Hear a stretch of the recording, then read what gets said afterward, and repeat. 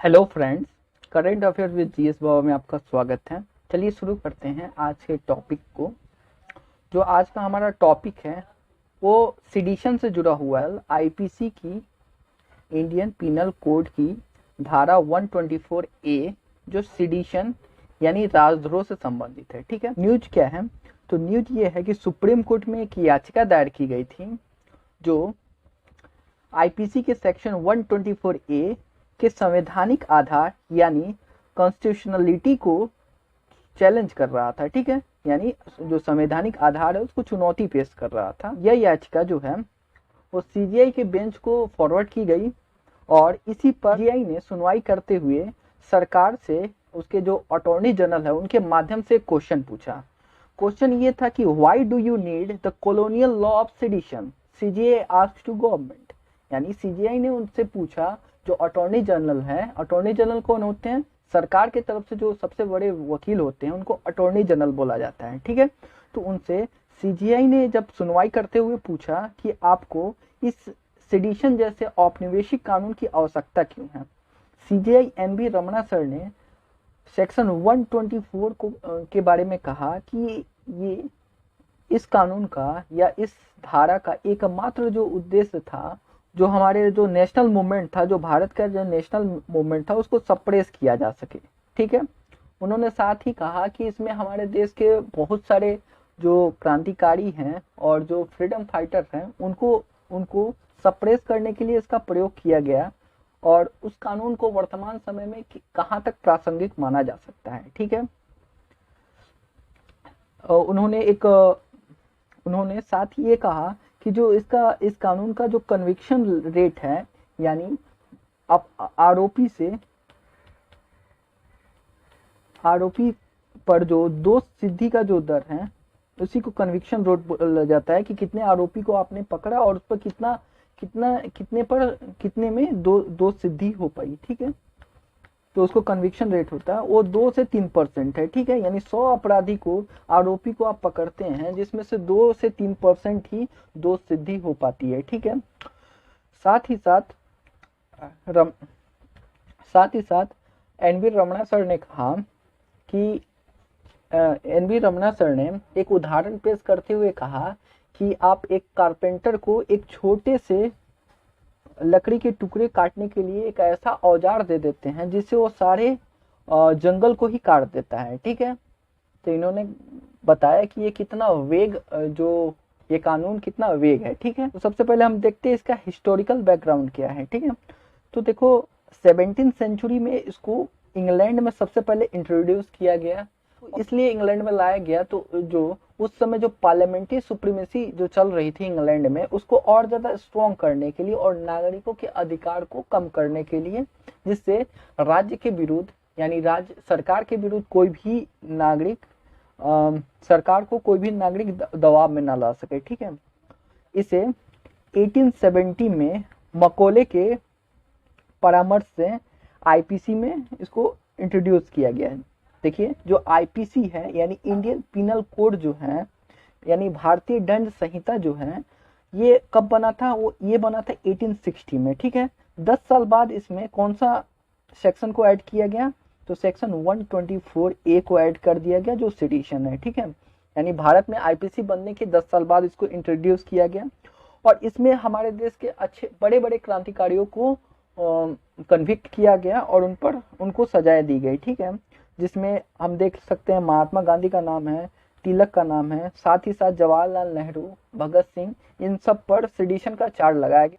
महात्मा गांधी को इसमें सजा हुई, लंबी सजा, 6 साल की सजा थी। तिलक पर 2 बार सेडिशन का चार्ज लगाया गया। और यहाँ इंटरेस्टिंग बात यह है कि सबसे पहले भारतीय थे तिलक जिन पर सेडिशन का चार्ज लगा था। ठीक है, तिलक पर जो पहला सेडिशन का चार्ज लगा था ये 1897 में जब प्लेग फैल रहा था, तो उन्होंने उनकी जो पत्रिका थी केसरी में सरकार के इस मिसमैनेजमेंट का क्रिटिसिज्म किया और उन्होंने भगवत गीता का आधार देते हुए युवाओं को जागरूक करने की कोशिश की। और इसी आर्टिकल को पढ़कर चापेकर बंधु एक थे जिन्होंने इसी आर्टिकल को पढ़कर क्या कर दिया, जो प्लेग कमिश्नर थे उनकी हत्या कर दी। ठीक है, तो इसके आधार पर इन पर जो सेडिशन का चार्ज लगाया गया दूसरी बार जो मुजफ्फरपुर में एक बम कांड हुआ था, तो उन्होंने उस बम कांड का अप्रत्यक्ष रूप से सपोर्ट कर दिया। सिर्फ बाद में जब बम कांड की जब मूल्यांकन किया गया तो इन्होंने अप्रत्यक्ष रूप से उसको सपोर्ट कर दिया, तो उन पर सेडिशन का चार्ज लगा। ठीक है, महात्मा गांधी पर कब चार्ज लगा था? महात्मा गांधी ने जब रॉलेट एक्ट और जो जालियांवाला बाग हत्याकांड जो हुआ था उस पर जो उन्होंने सरकार की पर्याप्त रूप से निंदा कर दी। ठीक है, तो उन पर सेडिशन का मामला दर्ज किया गया।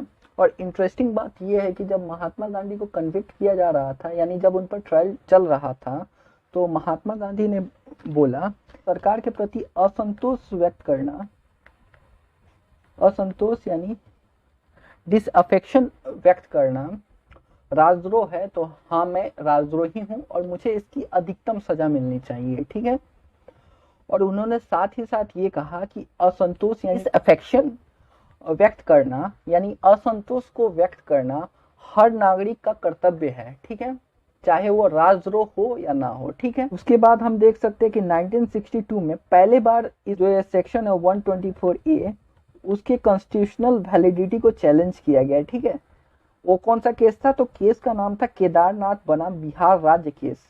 ठीक है, 1962 हुआ क्या था कि जो केदारनाथ सिंह थे वे फॉरवर्ड ब्लॉक के सदस्य थे। ठीक है, एक पार्टी थी विपक्ष में, जो पार्टी थी फॉरवर्ड ब्लॉक, उसके सदस्य थे।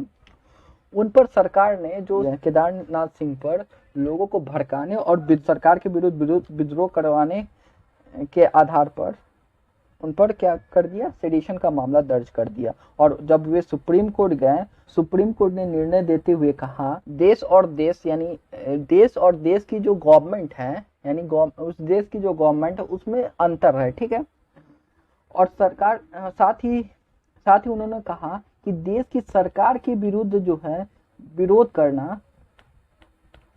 करना या निंदा करना क्या है? आलोचना करना राजद्रोह की परिभाषा से बाहर है। ठीक है, यानी सबसे पहले उन्होंने क्या, केदारनाथ सिंह बनाम बिहार राज्य केस में सुप्रीम कोर्ट ने देश और देश की सरकार के विरुद्ध अंतर स्पष्ट किया और कहा कि सरकार, देश की सरकार के विरुद्ध अगर आप आलोचना कर रहे हैं या निंदा कर रहे हैं तो वो राजद्रोह नहीं माना जाए। अब समझ लेते हैं कि जो सेक्शन 124A यानी राजद्रोह और सेडिशन जो है वो आईपीसी में किस रूप से परिभाषित है। इसमें बताया गया कि भारत में कानून द्वारा स्थापित सरकार जो है उसके प्रति मौखिक, लिखित, संकेतिक, दृश्य के रूप में घृणा या अवमानना या उत्तेजना पैदा करने का प्रयत्न राजद्रोह में शामिल है।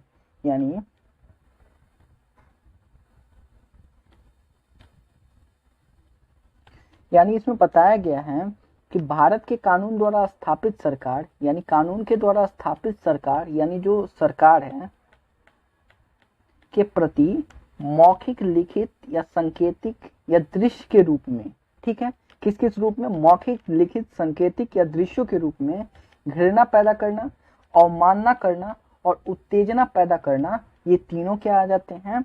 ये जो आ जाते हैं सेडिशन के अंतर्गत आ जाते हैं। यानी किसके खिलाफ? सरकार के खिलाफ, जो कैसे कानून के द्वारा स्थापित है। किस किस रूप में हम कर सकते हैं? मौखिक, लिखित, संकेतिक या दृश्य के रूप में। संकेतिक या दृश्य के रूप में क्या पैदा करना? घृणा और अवमानना और उत्तेजना। घृणा, अवमानना, उत्तेजना पैदा करने वाले हर प्रयत्न को किस में माना जाएगा? राजद्रोह में शामिल किया जाएगा। ये हमारे जो आईपीसी की बुक है उसमें इस रूप में परिभाषित किया गया है। ठीक है, जो सेडिशन है उसको इस रूप में परिभाषित किया गया है। अब हम देख लेते हैं कि मेंस एग्जाम के लिए कुछ मसाला तैयार कर लेते हैं। मेंस में अगर आएगा तो आपको उसके पक्ष, विपक्ष और अपना व्यू देना होता है। तो ठीक है, तो हम पहले देख लेते हैं कि इसके पक्ष में क्या तर्क है। यानी आईपीसी की जो सेक्शन 124A है उसके पक्ष में वो अभी तक क्यों है। ठीक है, तो उसके पक्ष में जो तर्क है, सबसे पहला जो तर्क है, ये आतंकवाद और अलगाववाद से निपटने में सहायक है। बिल्कुल सही है। ये क्या है? इसी कानून के आधार पर हम आतंकवादी और अलगाववादी गतिविधियों पर लगाम लगा सकते हैं। ठीक है, दूसरा क्या है? दूसरा बताया गया कि ये तख्ता पलट द्वारा संवैधानिक रूप से चुनी गई सरकार की रक्षा करती है। मतलब ये जो संवैधानिक रूप से जो हमारी जो सरकार है उसको तख्तापलट जैसे असंवैधानिक गतिविधियों से रक्षा प्रदान करती है जो देश के अस्थायित्व के लिए आवश्यक है। यानी देश के अस्थायित्व के लिए एक स्थिर सरकार की आवश्यकता है और स्थिर सरकार के लिए तख्तापलट की संभावना ना हो, ऐसा सही है। तो ये तख्तापलट से बचाती है, यानी एक स्थिर गवर्नमेंट देती है जो राष्ट्र के अस्थायित्व के लिए यानी देश के अस्थायित्व के लिए आवश्यक है। तीसरा बताया गया है, तीसरा बहुत इंपॉर्टेंट है देखिए और इंटरेस्टिंग भी है कि न्यायालय अगर अवमानना दे सकती है। हम आगे पढ़ेंगे कि जो न्यायालय है वो अपनी अवमानना पर सजा दे सकती है। यानी अगर आपने सुप्रीम कोर्ट या हाई कोर्ट के निर्णय के विरुद्ध कुछ अगर एक्शन लिया या निर्णय को नहीं माना तो वो अपनी अवमानना उसको माना जाता है, यानी अनादर माना जाता है और सुप्रीम कोर्ट अपनी अवमानना के आधार पर आपको सजा भी दे सकती है। ठीक है, तो यहाँ बोला गया है कि अगर न्यायालय क्या कर सकती है, यानी जुडिशियरी अवमानना पर सजा दे सकती है, तो ये विधायिका और कार्यपालिका क्यों नहीं दे सकती। ठीक है, क्योंकि तीनों तो सरकार के अंग ही है, पार्ट ऑफ गवर्नमेंट के तो तीनों ही है। तीसरा जो है इसको एक आवश्यक बुराई के रूप में देखा गया है। देखो आवश्यक बुराई क्या है कि मतलब ये मानते हैं कि बुरा है, मानते हैं कि इसमें कुछ कमियां हैं, लेकिन इसकी जरूरत भी उतनी ज्यादा है। जैसे हम देख लेते हैं मेडिसिन के बहुत सारे साइड इफेक्ट हमारे बॉडी पर होते हैं, ये जानते हुए भी हम क्या करते हैं, मेडिसिन को लेते हैं किसी अगर बीमारी के इलाज में। ठीक है, तो ये आवश्यक बुराई के रूप में देखा जाता है। तो चार तर्क क्या है, तो चार तर्क जो है एक आतंकवादी अलगाववादी से निपटने के लिए तख्तापलट से संवैधानिक रूप से चुनी गई सरकार की रक्षा करने के लिए जो देश के अस्थायित्व के लिए आवश्यक है। तीसरा, अगर न्यायालय अवमानना दे सकती है तो सरकार क्यों नहीं दे सकती है। और चौथा जो है आवश्यक बुराई के रूप में इसका प्रयोग किया गया है। मेंस के लिए इनफ है 4 पॉइंट। आगे देख लेते हैं, पक्ष में तो तर्क देख लिया, अब विपक्ष में क्या तर्क है। तो देखो विपक्ष में ये तर्क है, पहला तर्क ये है कि औपनिवेशिक शासन की विरासत है। ठीक है, जिसका प्रयोग क्या किया गया था, राष्ट्रवादी गतिविधियों को सप्रेस करने में किया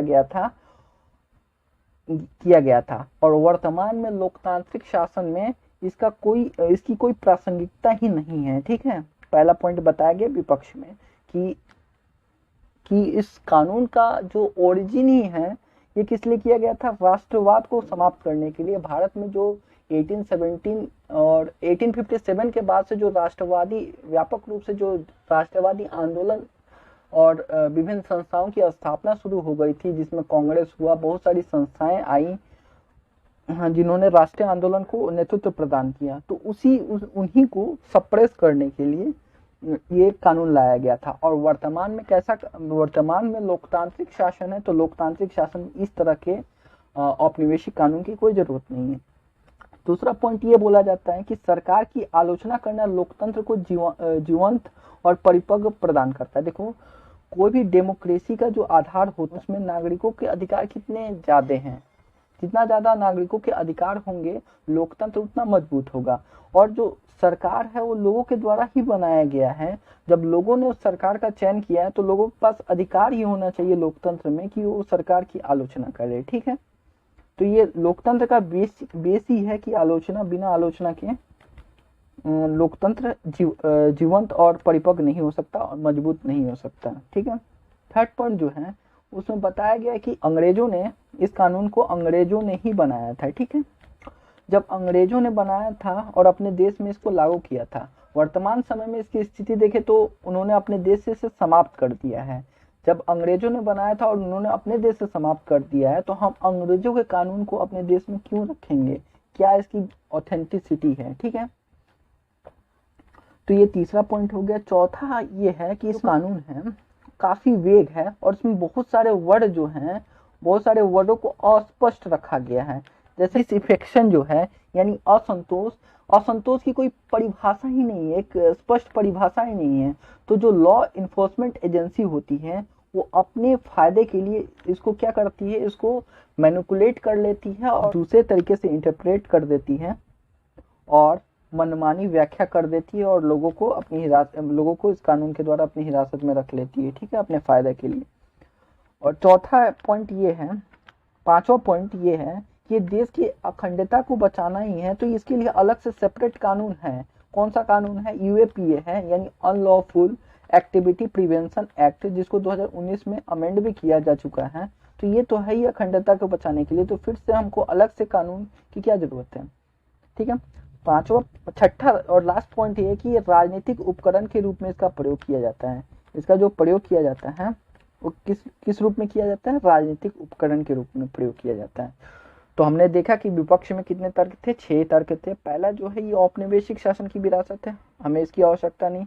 चौथा, जो आलोचना करना सरकार लोकतंत्र के लिए जरूरी है। ठीक है, तीसरा जो पॉइंट है इसमें बताया गया है कि जो इसके निर्माता देश थे इन्होंने इससे समाप्त कर दिया है, तो हम इस कानून को क्यों ढोल रहे हैं। ठीक है, चौथा बताया गया कि इसमें अस्पष्टता की कमी है, जिससे लॉ इन्फोर्समेंट एजेंसी अपने फायदे के लिए इसका प्रयोग कर लेती है। ठीक है, पांचवा ये है कि अलग से सेपरेट कानून है, तो हम इस कानून की हमें क्या जरूरत है, इस औपनिवेशिक कानून की।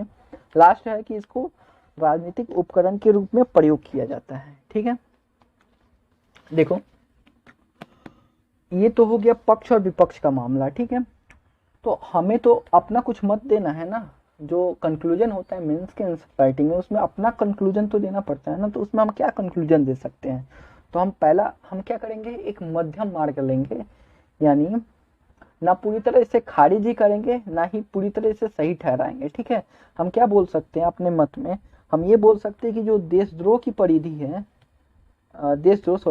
राजद्रोह की परिधि है, राजद्रोह की जो परिधि है,